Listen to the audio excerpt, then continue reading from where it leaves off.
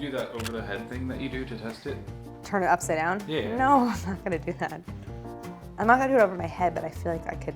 No, I'm not gonna do it. It's a really bad idea. Okay. No, I'm not. I don't want to do it. Just thought you were committed to the show. What if it breaks? Today is a very special day on Dessert Person. We are celebrating our millionth subscriber. Thank you so much, everyone. It's so much fun doing this channel and having all of you tune in. So to celebrate, I'm making a really beautiful recipe for summer with fresh, beautiful berries. It's my blackberry caramel tart.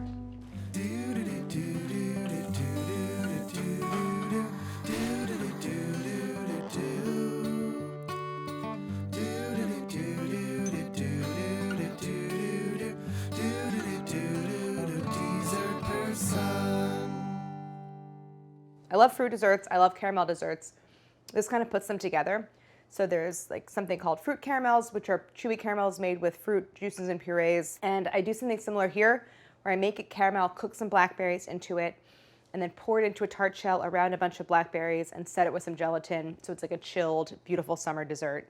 Really elegant, but also not that hard to make. One of the ingredients is a fully baked tart shell. So I have that in the oven that's finishing, and that should be done. Let me look. Oh my God, is the oven not on? This oven is too smart for me. Hold on. So I just have my sweet tart dough from Dessert Person. I put it into a 9-inch fluted removable bottom tart pan. That's baking. Other than that, I have blackberries, some gelatin, kosher salt, granulated sugar, light corn syrup, vanilla extract, and heavy cream. It uses a lot of blackberries, 18 ounces. That's 3 of those little 6-ounce clamshell packages in the grocery store. And I separated them out. I have 6 ounces here and then 12 ounces here. And I picked out the nicer ones to go in the larger quantity because that's gonna go whole into the tart. So pick the ones you like for that. I pulled my tart shell out of the oven. I took it until it was golden brown. So I'm not gonna bake this again. Actually, the tart is chilled. So you wanna bake it fully before you fill the pie because it's not gonna get any more done. Is there another video we could reference? Oh yes. So this is my sweet tart dough from Dessert Person. Check out the video of the Meyer lemon tart that we did, where you see how I make the dough, press it into the pan. It's very easy. But that looks great, and that has to cool off. So while that's cooling, I'm gonna pivot to the filling, which starts by making a caramel. Not surprisingly, for our caramel tart. So I have all my normal caramel ingredients. I'm adding a little bit of light corn syrup to the caramel because it does help the filling stay really smooth and not grainy. So it's just a nice little insurance policy that your caramel doesn't start to crystallize. I'm gonna start by putting the water in. I actually like to do the water first because that helps to prevent crystallization. And then I'll do the sugar. This is 2/3 of a cup. And then the corn syrup. And I did that trick where I put a little bit of oil into the measuring cup before I put the corn syrup in, and that just helps the corn syrup to slip right out. So then I have also next to the stove, 1/3 of a cup of heavy cream that's room temp, and that is there to help stop the cooking of the caramel. And unlike most caramels that I make, I'm not gonna cook this one really dark. So instead of going to a really deep amber color, which is my normal doneness point for caramel, I'm gonna go more like medium amber, even just kind of golden, medium golden. And that's to help the flavor of the blackberries come through. So this is my new induction cooktop, which I'm very into. And so I'm gonna start this off on like medium. So I'm stirring it with this spatula just until the sugar dissolves and I have a clear syrup, and that's what happens as it comes to a boil. And then once it's boiling, I'm gonna stop stirring. While that's cooking, I'm going to grab a little bowl of water and a pastry brush, and you've seen me do this many times making caramel, but I'm gonna cook the caramel and swirl the saucepan. And I also wanna look out for any sugar crystals that form on the side of the pot that didn't dissolve, because that has the potential to set off a chain reaction and make the entire mixture crystallize as it cooks. It's a good idea to brush down the sides a little bit. And so this is gonna cook, and it will not take on any color until the water boils off. So at first with caramel, something I always talk about and look for, you have like boiling water kind of bubbles early on. And then as the water boils off and all you're left with is sugar, the bubbles become slower and bigger, and they look kind of glassy, and they take a while to pop. And so that's how you know that you're about to get to caramel stage. Depending on the pot you're using, it's best to use a really heavy bottom saucepan because that will ensure that your caramel cooks evenly. But if you're using a slightly thinner saucepan, you might notice a ring of golden around the edges first. And that's why you want to swirl to make sure everything kind of equalizes as far as temperature. It's less like boiling water bubbles and more bubbling candy bubbles.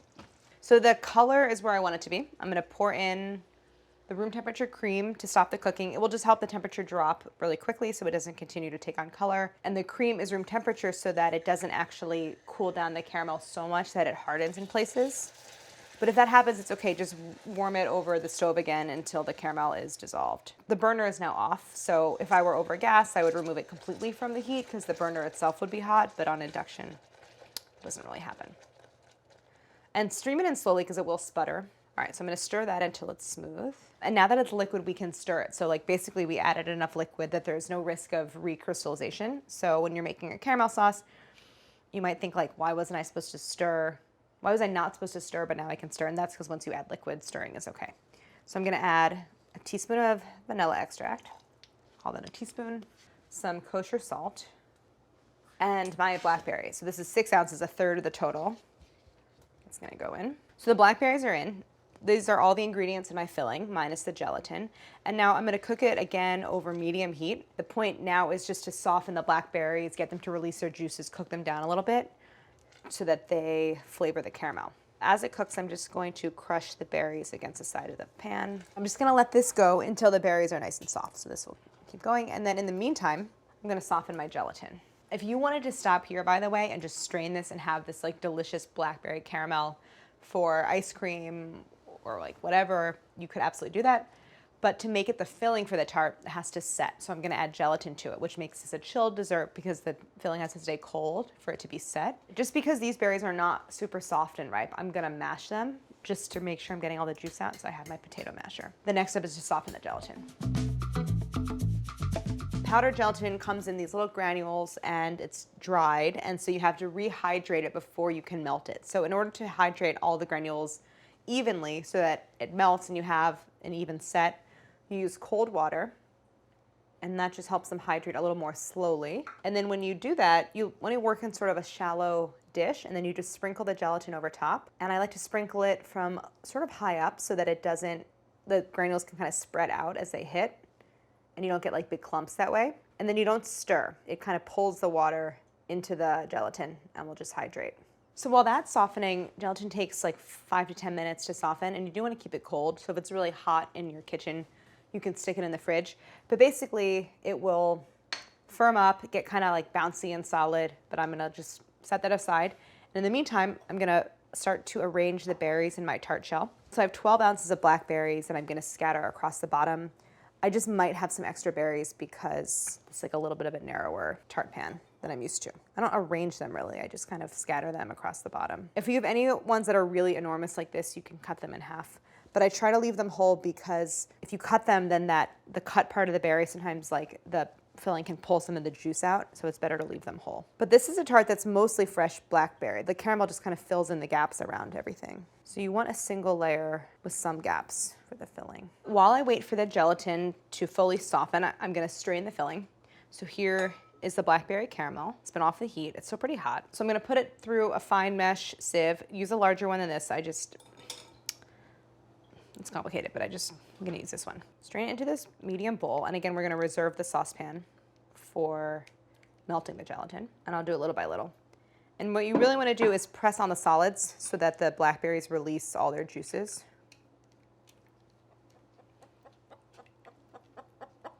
All the blackberries cook down to, what is basically like a 1/4 cup of this pulp. So I'm gonna discard this and get rid of it. Actually, but not in the saucepan because I need it. And now I'm gonna melt the gelatin in that same saucepan. The gelatin melted and it's completely translucent with no little granules inside, so I know it's melted. I'm gonna scrape it into the caramel. I usually like to melt gelatin separately. I could have just added it to the hot caramel, but I like to do it separately because that's how I can tell that it's really fully melted. So just scrape it in.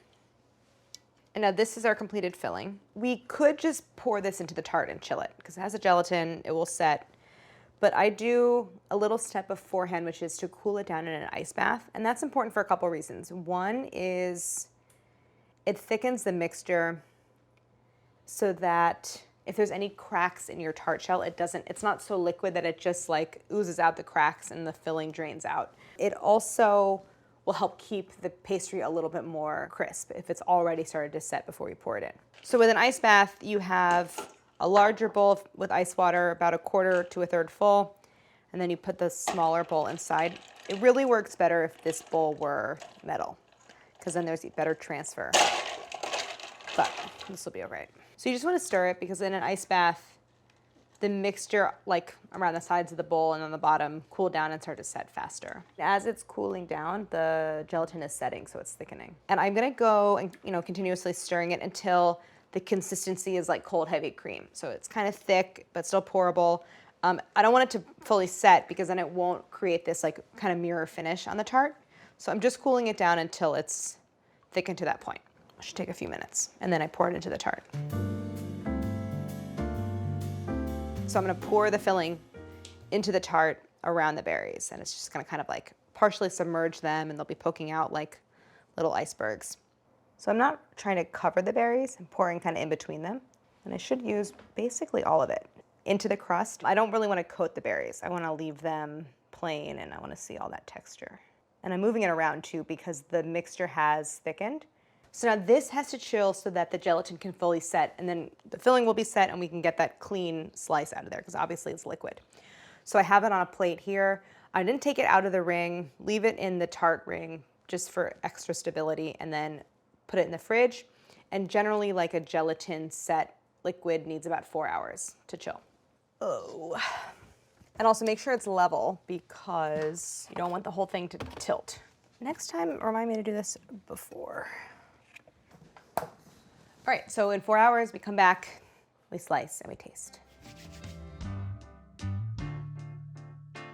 Ooh, it looks so good. The surface of the tart is still like shiny and glossy and so pretty. I think I just like really forgot how much I like this recipe and how pretty it is. In the oven, when I was blind baking the tart shell, it naturally kind of pulls away from the sides of the pan, so I don't even really have to do any loosening.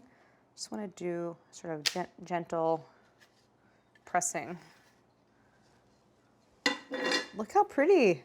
This thing is pretty stable. I just think that this looks like something you would see in like the pastry case in a really fancy bakery. I have a serrated knife, so this is the best tool for getting through the berries. And one of my favorite things about the tart and the presentation is how you get the little cross sections of the berries when you go to make a slice. So use kind of a gentle sawing. It's a little soft, but I think I can get a slice. Whew, all right, we got a slice. This filling could be more set. I will pop this back in the fridge. I think that it just wasn't cold enough for the gelatin, but you can see I still got a clean slice. It should be set and sliceable, but still really soft and caramelly. Like, remember that liquid caramel? It was really fluid, and now with the little gelatin and a little rest in the fridge, it looks so good. Smile real quick.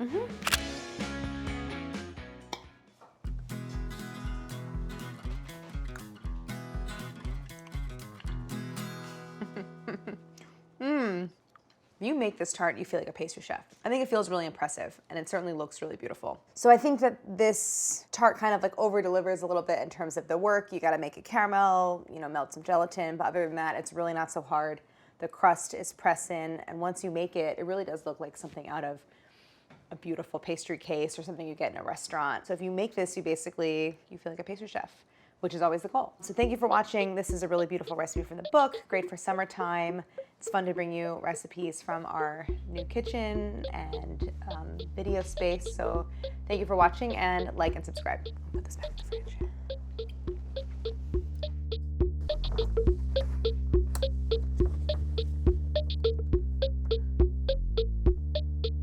Chickies, chickies.